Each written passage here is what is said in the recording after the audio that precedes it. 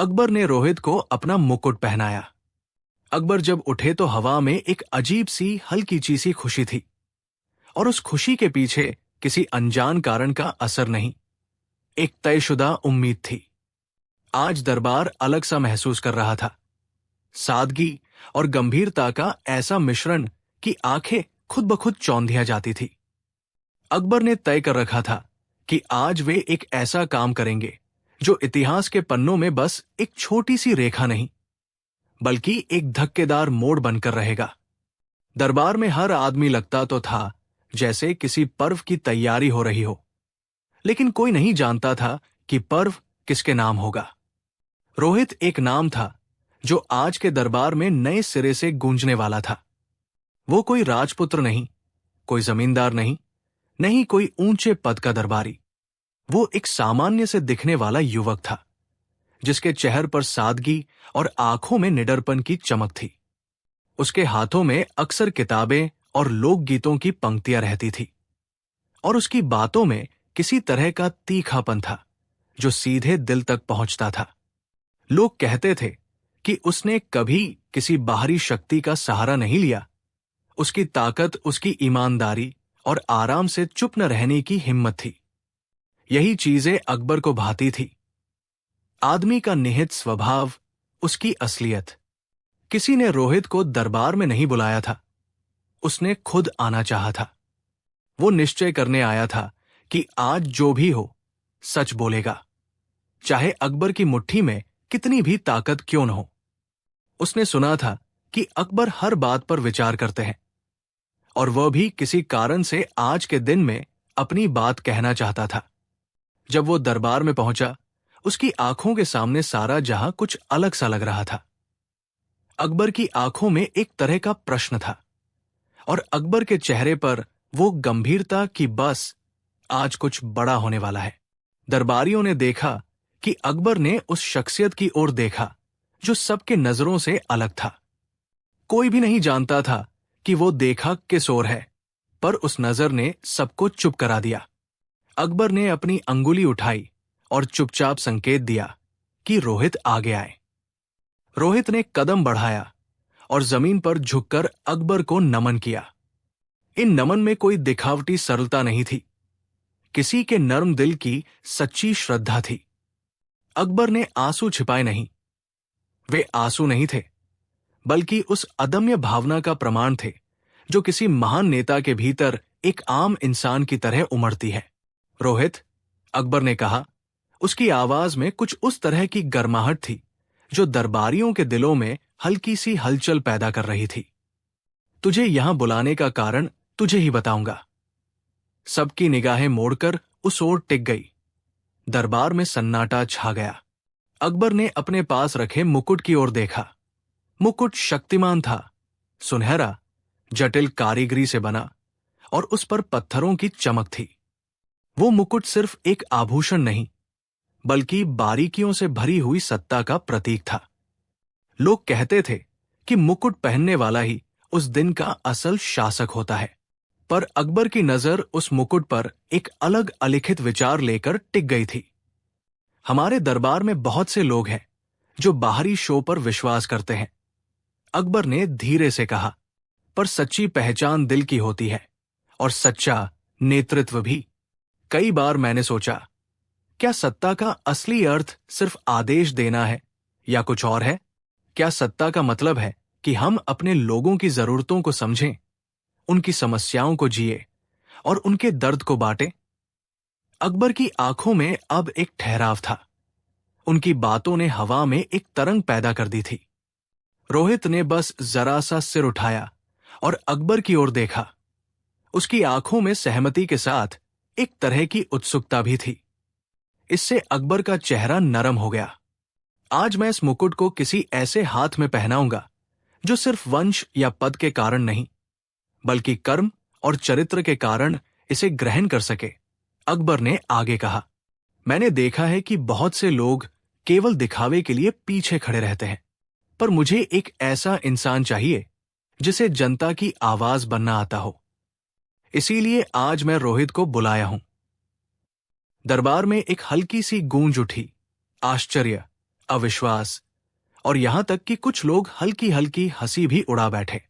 ये सोचना कि अकबर कोई मुकुट किसी आम युवक को पहनाएंगे उनके दिमाग के सामान्य दायरे से परे था। पर अकबर के लिए यह सिर्फ एक प्रतीकात्मक कृत्य नहीं था, ये निर्णय एक बड़े अर्थ का था। वो जानता था कि अगर उसने सच्चे नेतृत्व के गुण दिखाने वाले किसी आम शख्स को मुकुट दिया तो ये संदेश जाएगा, सत्ता का अर्थ बदलाव है और बदलते समय में सच्चाई ही सबसे बड़ा हथियार है। रोहित की सांसें मानो रुक सी गई थी। उसका मन दौड़ता हुआ पुराने दिनों की तरफ लौट गया। वो दिन जब उसने गांव के छोटे छोटे मामलों को हल किया था, उन झगड़ों को जो चरम पर पहुंच चुके थे, उन लोगों की मदद की थी जो किसी तरह की आवाज नहीं उठा सकते थे। उसने कभी सत्ता के सपने नहीं देखे थे, पर उसकी आंखों में हमेशा दूसरों की भलाई की चिंता रही थी। उसे नहीं पता था कि आज उसका नाम लेना और मुकुट पहनना उसके जीवन की दिशा को बदल देगा। पर उसकी नीयत साफ थी, अगर उसे कोई जिम्मेदारी दी जाएगी तो वो उसे पूरी निष्ठा से निभाएगा। अकबर ने धीरे से उस मुकुट को उठाया। उसकी उंगलियां सुनहरे बर्तन पर पड़ी और वो चमकता रहा। रोहित ने आंखें बंद कर ली। उसकी आंखों में कश्मकश थी। क्या वह इस जिम्मेदारी के लिए तैयार है? क्या वह उस मुकुट की चमक के पीछे की दुनिया को सह सकेगा?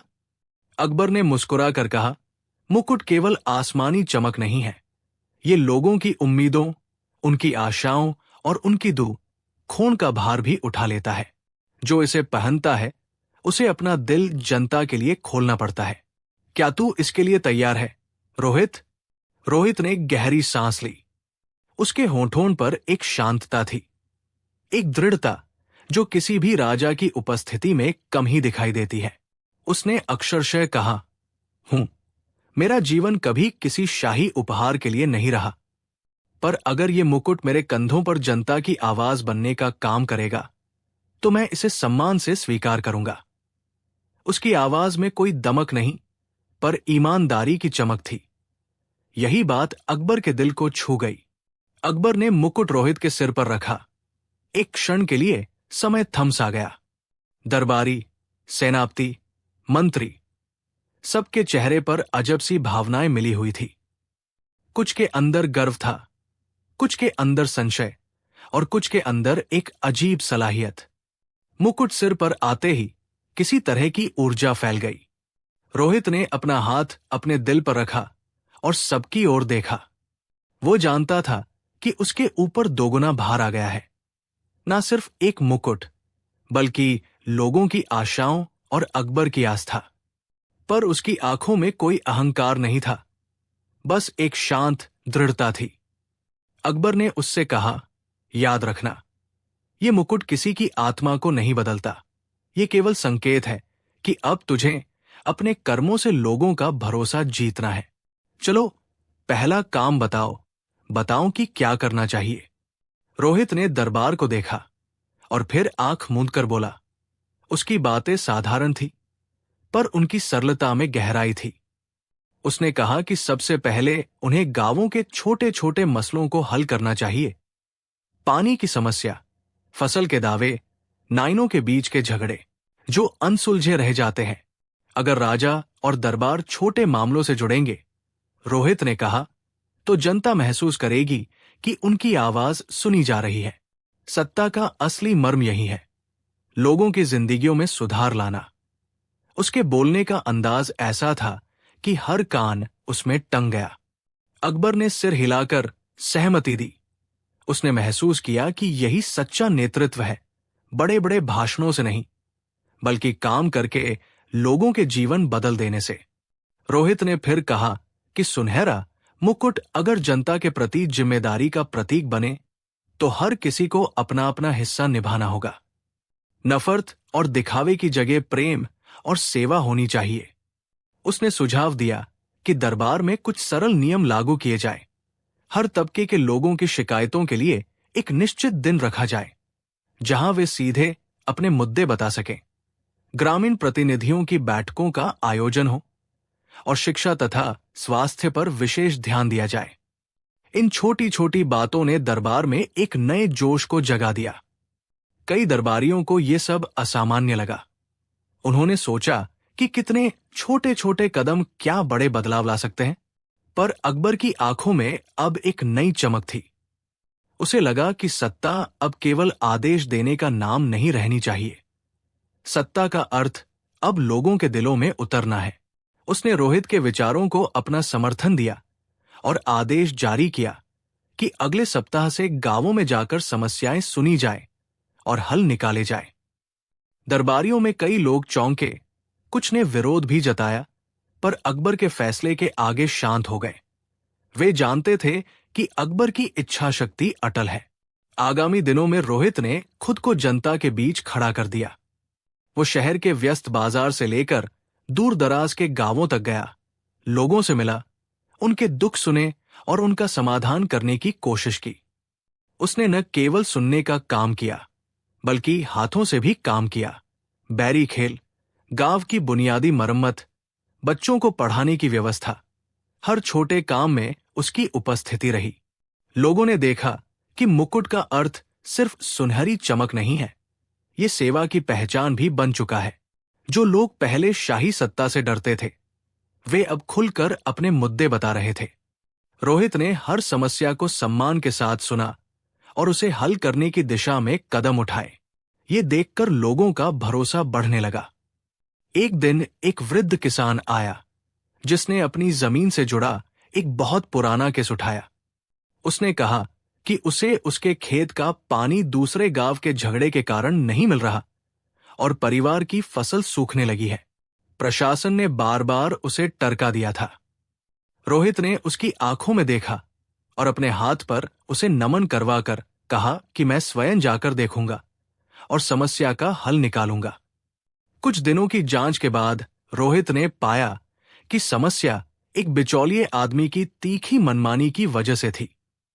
रोहित ने सीधे उस व्यक्ति को दरबार में बुलाया, उसकी बातें सुनी और फिर उचित कानूनी और सामाजिक दबाव बनाकर किसान का हक दिलवाया।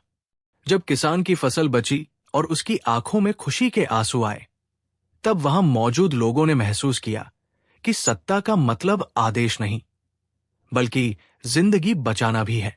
समय के साथ साथ रोहित ने अपनी लोकप्रियता और जिम्मेदारी का संतुलन बनाए रखा। उसने कभी भी अहमियत को अपने सिर पर नहीं चढ़ने दिया।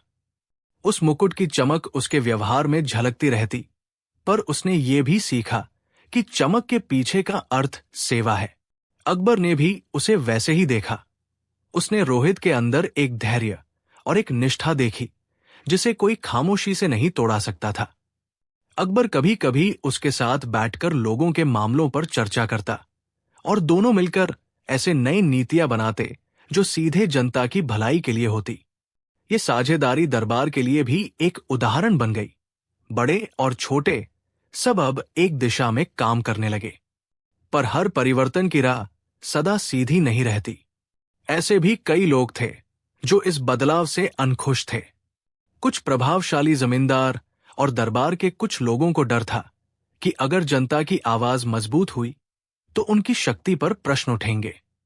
उन्होंने मिलकर रोहित के खिलाफ साजिशें रची। सबने मिलकर उसकी छवि बिगाड़ने की कोशिश की। अफवाहें फैलाई कि रोहित सत्ता के हवाले से केवल लोकप्रियता हासिल कर रहा है और वो असल में अकबर की मंशा से भटक रहा है। लेकिन रोहित ने धैर्य से काम लिया। उसने अपनी सच्चाई और अपने कर्मों से हर आरोप को चुप करा दिया। वो जनता के बीच जाकर हर बात का जवाब देता और न्याय के लिए लड़ता रहा। धीरे धीरे लोगों की समझ बनी और अफवाहें घुलने लगी। एक बार तो एक बड़ी मुश्किल आई। किसी ने अकबर के खिलाफ एक ऐसा षड्यंत्र रचा कि दरबार में अफरात फरी मच गई। कुछ दस्तावेज फंसाए गए जिसमें यह दिखाने की चाल की गई कि अकबर की एक नीति ने देश के खजाने को हानि पहुंचाई। दरबार में कई लोग गुस्से से चिल्ला उठे और अकबर को माफीनामा देने के लिए दबाव बनाने लगे। अकबर खुद चुप था। उसकी आंखों में एक अजीब उदासी और चिंता का मिलाजुला भाव था। वो जानता था कि यह समय परीक्षण का है। वो चाहता कि उसके निर्णयों की परीक्षा सच्चाई करवाए, न कि अफवाहों पर आधारित हो। रोहित ने देखा कि ये षड्यंत्र अश्लील था और उसने बिना किसी शोर शराबे के मामले की तह तक जाना शुरू कर दिया। उसने साक्ष्य इकट्ठा किए, सच्चे गवाहों को सामने लाया और न्याय की मांग करने लगा। जब सच्चाई सामने आई तो सब लोग दंग रह गए। साजिशकारों के असली मकसद और दस्तावेजों की असलियत खुल गई। अकबर ने फिर से देखा कि सच्चाई का साथ देना ही असली शक्ति है और उसने उन लोगों को दंडित किया जिन्होंने राजकीय हितों के विपरीत जाति और लाभ के लिए षड्यंत्र रचा था। इस कठिन परीक्षा में रोहित ने न केवल अकबर का भरोसा जिताया बल्कि जनता का भी। लोगों ने महसूस किया कि उनके बीच एक ऐसा शख्स है जो सत्ता में आकर भी न्याय और ईमानदारी को सर्वोपरि रखता है। समय के साथ रोहित का नाम दूर दूर तक फैल गया, पर उसके लिए ये सिर्फ एक नाम नहीं रहा। वो मुकुट अब केवल एक प्रतीक नहीं रह गया था, बल्कि सेवा और ईमानदारी की मिसाल बन गया था। लोगों के बीच रहते हुए रोहित ने सीखा कि असली जीवन छोटी छोटी बातों में छुपा होता है। किसी की दुकान पर मदद करना, किसी बच्चे को पढ़ाना, किसी बूढ़े की राह में साथ देना। उसने दिखाया कि असली शक्ति किसी की धौंस या धाक से नहीं, बल्कि उसके कर्मों से आती है। कई सालों के बाद अकबर और रोहित एक शाम महल की छत पर बैठे थे। चांदनी खिल रही थी और शहर की हल्की हल्की रौनक दूर दूर तक फैली हुई थी। अकबर ने मुकुट को हटाकर रोहित की बाह पर रखा और धीमी आवाज में कहा, मुझे अब स्मरण है कि सच्चा मुकुट केवल सोने का नहीं, ये दिलों का है। तूने इसे सच में पहना और इसका अर्थ समझा। लोगों ने तुझे अपना समझ लिया। रोहित ने सिर झुकाया और कहा, मुकुट तो अस्थाई है, पर सच्ची पहचान तो लोगों की मुस्कान और उनकी बेफिक्री में दिखती है। अकबर ने कहा, यह सच है, पर यह भी सच्चाई है कि आज जब भी कोई रोहित जैसा उभरे, हमें उसे देखना चाहिए, न कि सिर मात्र देखकर, बल्कि उसके कर्मों को देखकर। दोनों हंसे और फिर चुप्पी में बैठ गए, एक ऐसी चुप्पी जिसमें वर्षों की समझ और साझा अनुभव की मिठास थी। समय के साथ रोहित की कहानियां और उसकी छोटी छोटी सेवाएं लोकगीतों और कहानियों का हिस्सा बन गई। बच्चे उसे एक आदर्श की तरह याद करते और बड़े उसे उस सच्चे नेतृत्व के रूप में जो उन्होंने देखा था। अकबर ने भी शिक्षा ली कि रगों में दौड़ती सत्ता से ज्यादा जरूरी है दिल की समझ। उन्होंने अपने शासकीय निर्णयों में भी बदलाव लाए और जनता की भलाई पर ज्यादा ध्यान दिया। कहानी केवल एक मुकुट पहनाने की नहीं थी, ये उस परिवर्तन की गाथा थी जो एक व्यक्ति की निष्ठा और परोपकार से शुरू होकर समाज में लहर बनकर फैलती है। रोहित का मुकुट उसकी पहचान नहीं रहा, उसे जनता ने अपनाया और जनता की पहचान ने उसे सच्चे अर्थों में मुकुटधारी बना दिया। ये सब कुछ अचानक नहीं हुआ, ये लगातार छोटे छोटे कर्मों, गहरी समझ और निडर सत्यता का नतीजा था। और अकबर ने, जो एक महान शासक थे, अपने निर्णय से ये बतलाया कि सच्चा नेतृत्व कभी वंश या पद से नहीं, बल्कि कर्तव्य और सच्चाई से नापा जाता है। समाप्ति के क्षण में, जब सब कुछ शांत था और रात की चादर पर शहर की रोशनी मंद पड़ रही थी, अकबर ने रोहित की ओर देखा और फिर जनता की ओर, और जान गया कि असली मुकुट वही है जो विश्वास, सम्मान और सेवा से मिलता है। उस रात जो भी दरबार से जुड़ा हुआ था, उसने नया अर्थ जाना कि सत्ता का असली मोती उन हाथों में नहीं जो उसे लेकर घमंड करते हैं, बल्कि उन हाथों में है जो उसे लोगों की भलाई के लिए झुकाते हैं। सच्चाई और दयालुता ही राज्य का सौंदर्य है। कर्तव्य पालन और नम्रता से जीवन बनता है। अकबर ने जो रोहित को मुकुट पहनाया वही सबक है। सम्मान विनम्रता और सेवा से प्राप्त होता है। इसी को अपनाओ और आगे बढ़ो। कई सालों के बाद अकबर और रोहित एक शाम महल की छत पर बैठे थे। चांदनी खिल रही थी और शहर की हल्की हल्की रौनक दूर दूर तक फैली हुई थी। अकबर ने मुकुट को हटाकर रोहित की बाह पर रखा और धीमी आवाज में कहा, मुझे अब स्मरण है कि सच्चा मुकुट केवल सोने का नहीं, ये दिलों का है। तूने इसे सच में पहना और इसका अर्थ समझा। लोगों ने तुझे अपना समझ लिया। रोहित ने सिर झुकाया और कहा, मुकुट तो अस्थाई है, पर सच्ची पहचान तो लोगों की मुस्कान और उनकी बेफिक्री में दिखती है। अकबर ने कहा, यह सच है, पर यह भी सच्चाई है कि आज जब भी कोई रोहित जैसा उभरे, हमें उसे देखना चाहिए, न कि सिर मात्र देखकर, बल्कि उसके कर्मों को देखकर। दोनों हंसे और फिर चुप्पी में बैठ गए, एक ऐसी चुप्पी जिसमें वर्षों की समझ और साझा अनुभव की मिठास थी।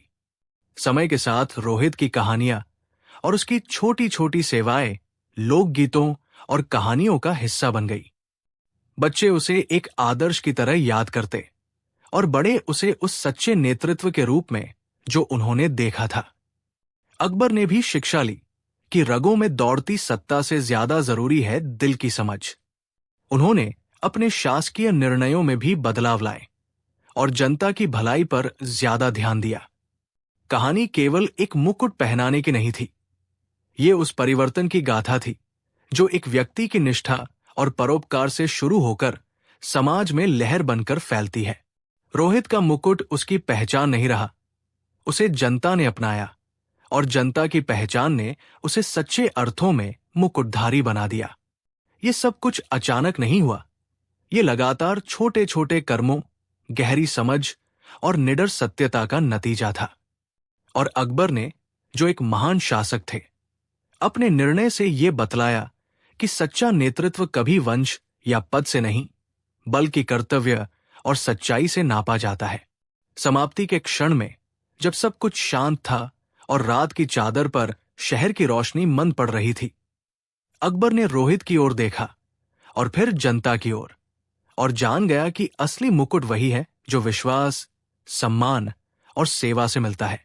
उस रात जो भी दरबार से जुड़ा हुआ था, उसने नया अर्थ जाना कि सत्ता का असली मोती उन हाथों में नहीं जो उसे लेकर घमंड करते हैं, बल्कि उन हाथों में है जो उसे लोगों की भलाई के लिए झुकाते हैं। सच्चाई और दयालुता ही राज्य का सौंदर्य है। कर्तव्य पालन और नम्रता से जीवन बनता है। अकबर ने जो रोहित को मुकुट पहनाया वही सबक है। सम्मान विनम्रता और सेवा से प्राप्त होता है। इसी को